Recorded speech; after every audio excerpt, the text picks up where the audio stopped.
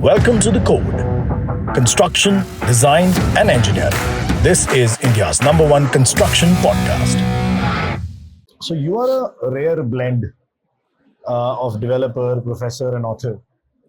How has academic research shaped the way you do business in real estate? I think real estate previously was only about gut feel. Yeah. It was about location for a developer, Yeah. and there was almost negligible research which was done compared to FMCG industry, where they do a 10 rupee product and Yeah. they spend crores on research. Real estate does crores worth product and they don't spend Zero research. There was no science to it. Absolutely. So it all worked on gut feel. Yeah. 10 years back is where I picked up this trend that I thought that, it is going to be a research driven approach, which will help real estate sector overall, because ultimately the product that you're giving, say a house, the demand and supply needs to match. Right. So you could do, say for example, a 2 BHK of 500 square foot, you could do of 700 square foot, you could do of 1000 square foot. But in which micro market, which product will work? Because in real estate, unlike Lego, once the concrete is poured, you cannot change. Absolutely. the Yeah. configuration. You'll have to just dismantle it and the cost is humongous. It's not possible. Absolutely. Yeah. You did your PhD on REITs, and at a time when there was still an evolving concept in India. Do you think REITs will truly democratize real estate investments in India, or will they remain limited to big institutional players? It's a great question. I think real estate investment trusts, REITs, India has gone onto the bandwagon very late. It is almost a 65-year-old concept in US. Yeah. 90% of real estate in US is owned through REITs. I joke with my colleagues that even Saudi Arabia and Pakistan have had REITs before India had. So we are that late. But the good part about India is that whenever it harnesses on something, they go really fast. So, right from 2G to 3G to 4G, and now we are at 5G. Yeah. So if you see the speed at which we migrated is very fast. So I think there I durust hai, but this is where all your FD money is going to switch, because your money is safe. It is parked in real estate, but it is liquid at the same time because REITs are listed on real estate. So it actually gives you two advantage, which is safety, security of your money, and regular returns, which you expect and which are higher than your fixed deposit return. So I think this is going to be a game changer. We presently have 5 REITs which are listed. The most recent one was oversubscribed 13 times on day one itself, the Satwa Knowledge REIT. Right. So I think great times ahead so far as REITs are concerned. Awesome. Very interesting. You're pursuing your second PhD now on RERA. Do you think RERA has genuinely protected home buyers, or has it ended up just burdening developers with red tape? So all of it is right, what you say, but I'll give you an interesting perspective. RERA and laws should be prospective in nature, but what happened with RERA was, to give it credit, it's a new law. It's a nascent law, and it takes time for any law to really properly, evolve and fix and up really the cater to loops. the needs. Exactly. So it's just 5-year-old baby in our legal universe, which has more than 2 lakh acts. So to give that bit a credit, but I had done some research that projects which were launched after RERA kicked in had almost negligible rate of defaults compared to projects which were already ongoing when RERA was not there. And RERA was suddenly imposed retrospective even on projects which were ongoing. So technically what has happened is RERA has inherited a lot of legacy issues which otherwise are so complicated, and people, RERA, I call it as Sharma ji ka beta. They expected RERA to solve everything in life, which obviously was unfair to RERA, because it came with a cutout task of protecting home buyers. But suddenly you had bankers, suddenly you had redevelopment, old members, societies, landlords, everyone looking for a solution from RERA. Right. So it was not supposed to be magical. But if you ask me where RERA can improve from a home buyer, a lottie perspective, I think RERA needs to enforce the judgments that it passes. So the bigger problem is an order is available, but the enforcement mechanism is not in place. Second, yes, it is yet another table for a developer to clear to the existing 100 tables which exist. Right. So it at some states has become kind of a nuisance. There is a joke which a friend of mine tells me that we applied for RERA, but we said that let us still go ahead with the project. We completed the project and then the RERA number came. Oh God. So it is that bad in some of the states. You need to have a uniform policy. Although I understand real estate is a concurrent item in constitution, so you have a separate center and a separate state take, but ultimately you need to standardize so that people don't go about interpreting RERA in their own free fashion. And last biggest issue with RERA is certifying the project. It is not certifying the promoter. In Dubai, the promoter gets certified. So you know how in banking you have KYC. So if you've taken a loan, say of a crore rupee and defaulted, and then you apply for say a 20 crore loan, that crore rupee will still reflect as a default. Correct. So you don't have that KYD, know your developer system in RERA. Right. Each project is getting, so even if a promoter is defaulting on a project, he's still free to do something else elsewhere. So I think this actually answers the question that I was going to ask you, because a lot of developers are marketing their property saying RERA approved. Does that really make it a safe investment, or does that really? So technically, we say CREDAI, of which I'm a part, as credible. So if you are a CREDAI member, you are credible. You promote governance within your organization. Similarly, RERA is supposed to be like that ISI mark. That RERA hai to safe hai.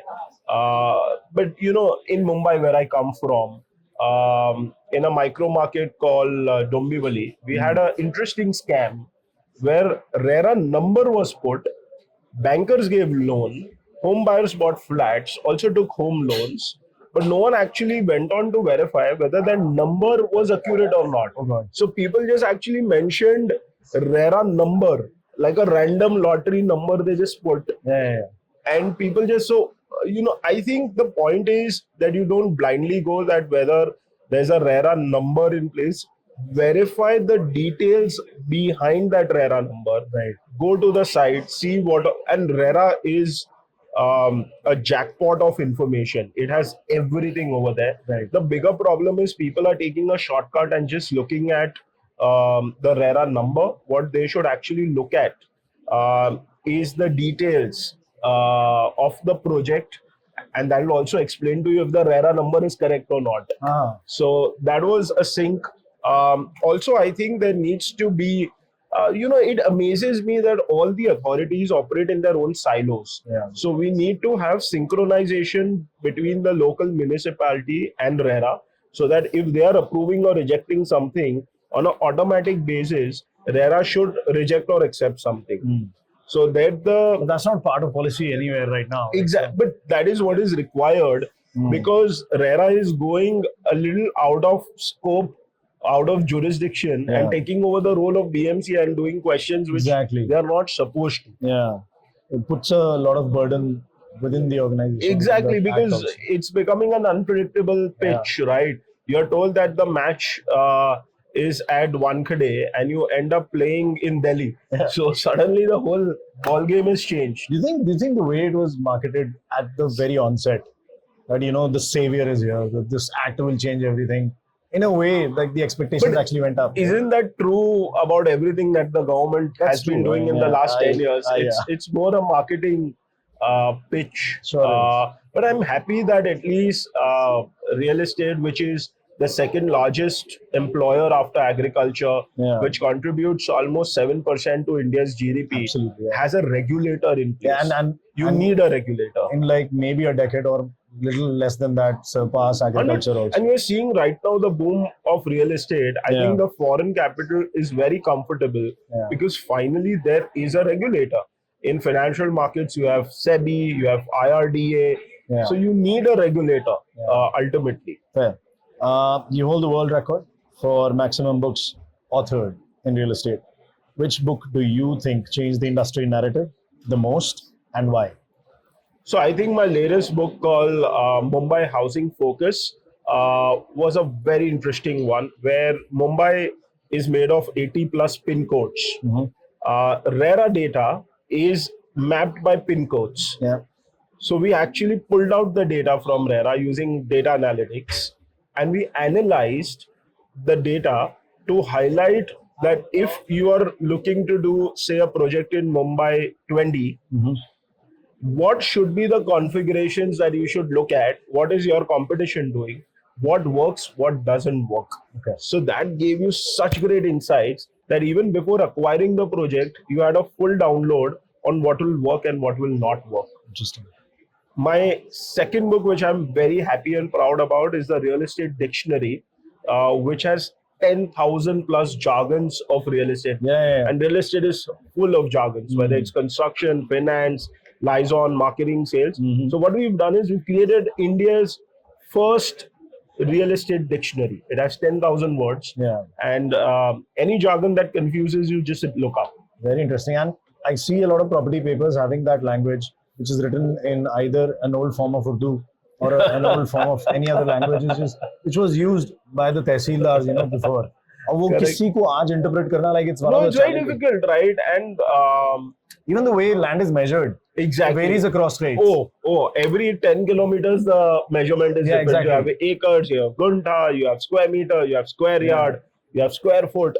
Marla. Exactly. So the scales are so varied. So our idea was how we can democratize this knowledge so that you are in any part of India. If you're into real estate and if a jargon is confusing you, just look up. Very interesting. That's for sure, for one, will be doing that. As chairman of the statistics and research at CREDAI, what trend do you think is most under discussed in Indian real estate right now? I think the most under discussed trend in Indian real estate is the power of emerging cities. I truly believe that the India's next growth engine is going to come from your tier 2, tier 3, tier 4 cities.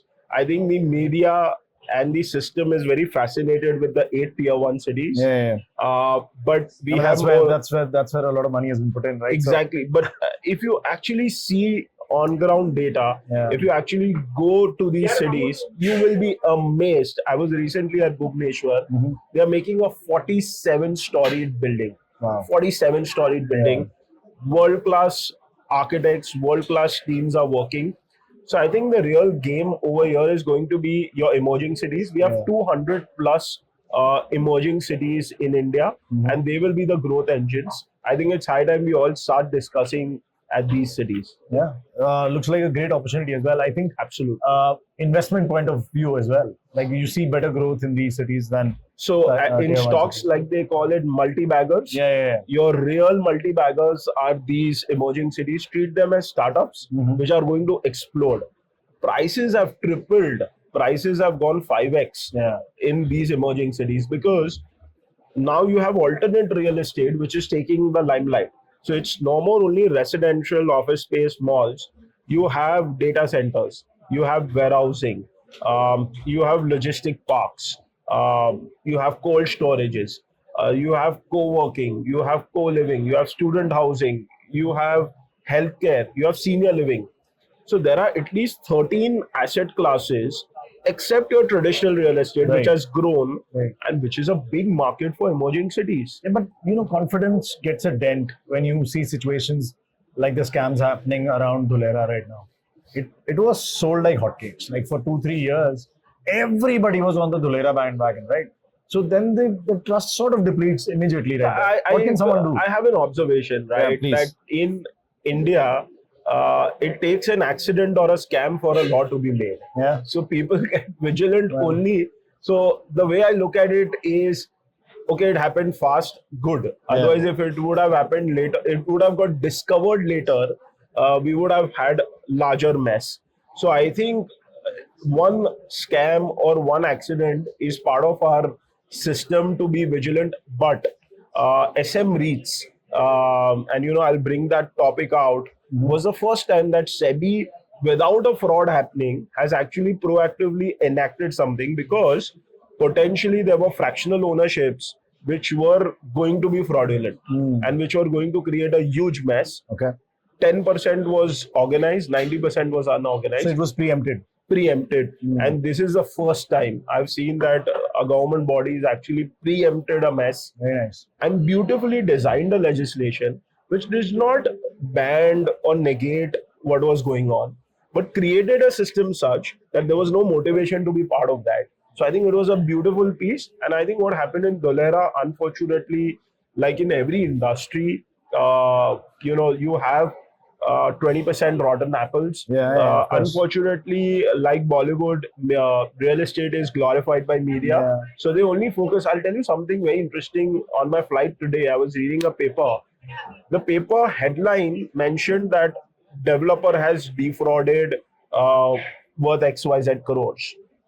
When I actually read the article, it was that some Leisner has defrauded the developer. But I think we are so used to the system that developer is only defrauded that the headline was such. That brings me to my next question. Many people still equate developers with delays, cost escalations, false promises. As a developer yourself, do you think this reputation is earned, or do you think it's unfair today? See, I'll tell you, to be honest, I'm a third generation real estate developer. I have married into a developer family.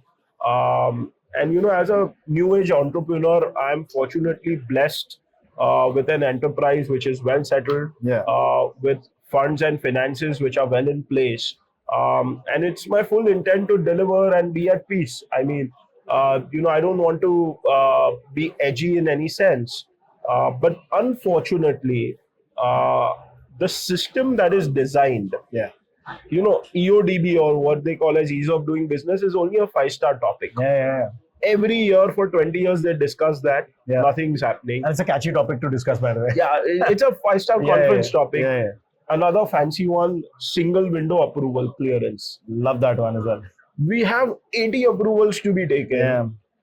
And the problem is, even one of the silliest of approvals, if it is not gotten, and if the speed money is not paid, your entire project is still stuck. So while RERA harnesses and pinpoints on the developer, I think it should bring the system also accountable, because ultimately, till you don't approve, how do I deliver? And the problem is, it's not only approval, because arguments would be that ideally RERA comes in after your project is approved. The issue is after you complete the project, to get that certificate that you've completed also, there is so much bureaucracy and red tape. Absolutely. And it's funny that India provides technology solutions to the world, but ours is the least technologically advanced municipality that we operate in. Yes, you're absolutely right. Got faced it myself as well a couple of times. Governments keep promising housing for all by 2022, 24, 25, 26. I don't know what's happening with that number now. But how do you think India is struggling? Why do you think India is struggling to deliver true affordable housing? I'll give you an example. A movie comes out. Typically, tickets are for, say, 300 rupees. The movie is very well made. It's a national interest movie. The government decides to make it tax-free. What's the rate of that ticket then? It's 100 rupees. So it comes down by 2/3. Same is with real estate. So if you actually analyze the cost composition of a real estate product, ironically, the ones who say bring affordable housing are the principal reason for making it unaffordable. And they go about shouting every forum that, make it affordable, make it affordable. Just understand what charges you take. I'll give you an example. You buy land, you pay stamp duty, you do development, you pay GST. In real estate sector, there are more than 400 industries who provide products. We have a whole expo over here, Absolutely, yes. which is about products. There are 400 such products which get assembled into a home. Correct. Each of these 400 products pay GST. Correct. To top it up, there's no input tax credit. So you pay 5% more GST on the product which is already. So it's an interstellar level of like 4th, 5th level of GST which the government takes. If you bundle all it up. And then when you sell it, then there's stamp duty. Again. And if you resell it, again, there is stamp duty. There is stamp duty, yeah. So not that anything's changing from that infra perspective, but government makes close to, in Mumbai at least, I can tell you with surety, 40% to 50% of the value of the apartment is government charges. Yeah. So if government wants it affordable, waive off these charges, the prices will reduce to half. Approachable, yeah. And once it's reduced to half, it is going to be affordable. Very interesting. Is Indian real estate still more about speculation than actual housing demand? Or are we building homes to live in or just to flip? What do you think? No, I think we are in Delhi, so the flavor is always flippy over here. Yeah. I call Delhi as the Dubai of India, where it's quite a bubble. And you know, if the project runs late, is where people make money. If the project gets delivered on time, my Delhi friends tell me they don't make money. Investors don't make money. So I think NCR is a little different an animal. But if you look at most of the micro markets, real estate is actually an end-use product. Yes, we have income disparity. If you look at our per capita income, you will understand that there is a massive disparity, which is why there is 10% of the population which owns 40% of the homes. Interesting.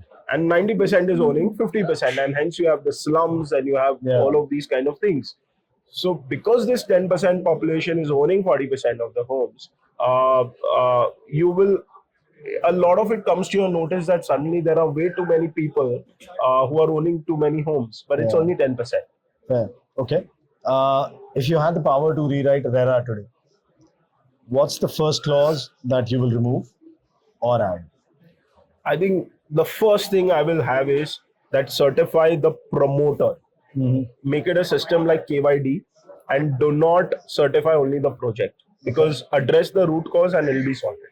You've been awarded as a young thought leader 25 times by big corporations.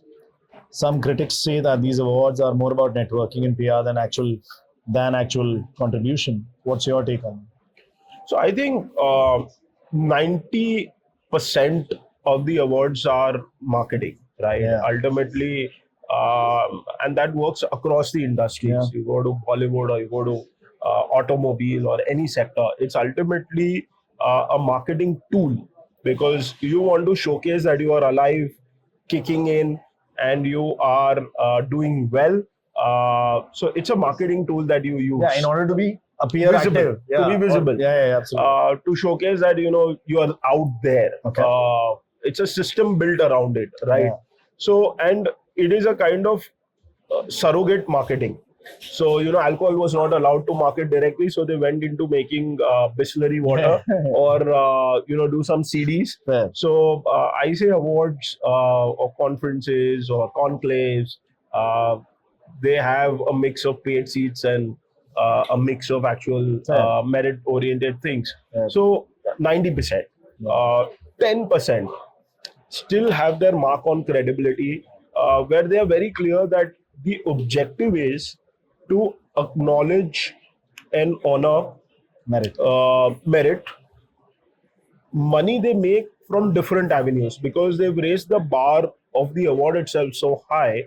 So they have, say an example, an expo built around it, or a conference or a B2B meet built around it. That's how they generate. And they generate. So, you know, I would not name, but and I'm part of this system. So there are 10% which actually put in efforts to make it credible, meritorious, but 90% is a marketing tool, and I think everyone accepts it with a pinch of salt because at the end of the day, you would want to have a 360-degree approach to visibility. Fair. With tech disruption, AI, and fractional ownership platforms, do you think the traditional role of the big developer is slowly dying? No, I think government has ensured that technology will not disrupt real estate sector. They have ensured that they are safe, we are safe. So when I say they, the system, and we mean the developer. Yeah. See, if they start embracing tech, they remove the human intervention, then even this human is not required. But they are, so they do not want to have an environment where it's all tech driven, because then things won't work for them. So I think they have ensured that real estate will be unaffected. But yeah, movies. I just saw a movie made completely on AI, a mythological movie, and it was so heavily criticized because movie industry also is a huge employer, and if AI is making movies, you just need 2-3 people and it's done. Absolutely. Let's have some fun now, right? Let's first go for a this or that, all right? So pick one: luxury high-rise or boutique villa? Boutique villas. Right. Mumbai skyline or Dubai skyline?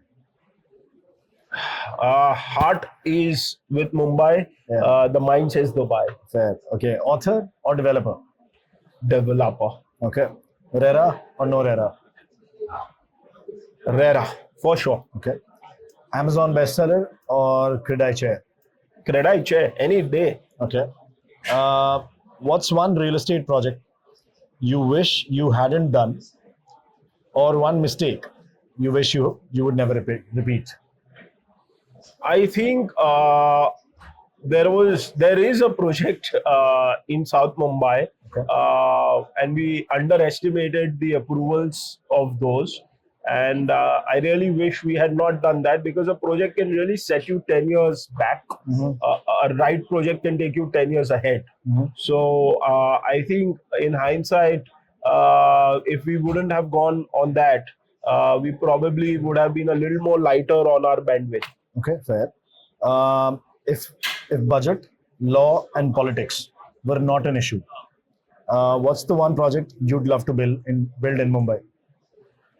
I think there is a project which already I am on the drawing board.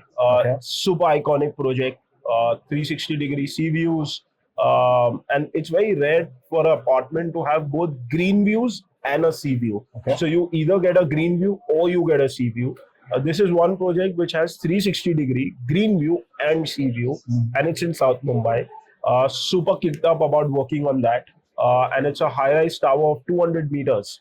Which is almost 600 feet, 50 floors. So yeah, I think that will be a project for the legacy and for times ahead. We'll be known by that project. Very interesting. You've authored 18 books. How do you manage to write so much? Do you have a weird writing ritual or habit that you want to share with us?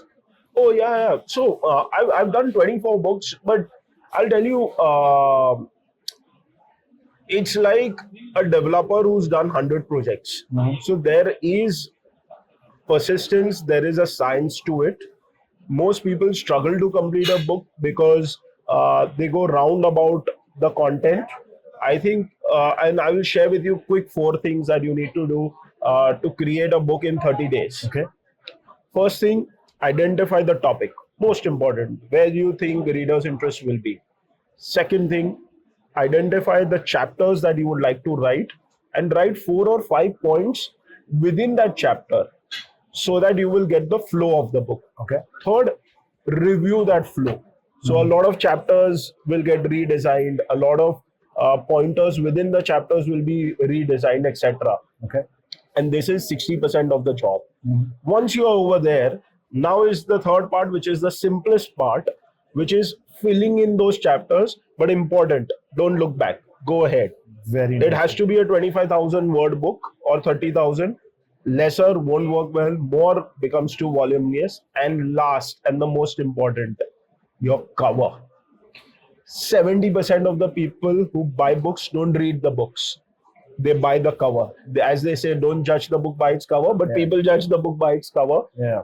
People judge the food by its appearance. Absolutely. Or the smells. Or the smell. So, ultimately, it's the cover which will speak. You do these 4 things, 30 days you will have a bestseller, guaranteed. Lovely.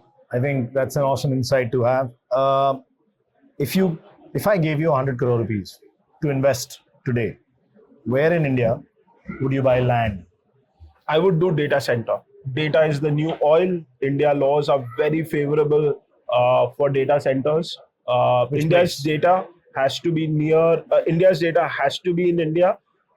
Data centers by geography, by technical requirements, have to have 2 requirements. Closer to the sea, because that's where your cables come in from and they get mashed globally. So your western coastline, your eastern coastline is the perfect bet. And second requirement, that the environment has to be cooler, because data really heats it up, right? So I think western coast is where my money would flow for data centers, and I think it's a fantastic product. Minimum 25 years is the lease, and you make somewhere to the tune of 12% to 18% yield on that. Awesome. Thank you, Harshul. It's been real. Fun conversation. Short, sweet, lovely. Thank you so much for your time. I'm Rishabh Agarwal. This is The Code. You're at India's #1 Construction Podcast. And if you have any questions, please write to me on my Gmail ID or message me on Instagram at India's #1 Construction Podcast. This is Harshul. And I hope if you have any questions for him, I'll relay them. Comment on the Instagram. Please do. And I will share your questions with him. It'll be fun. Thank you so much. Have a great day.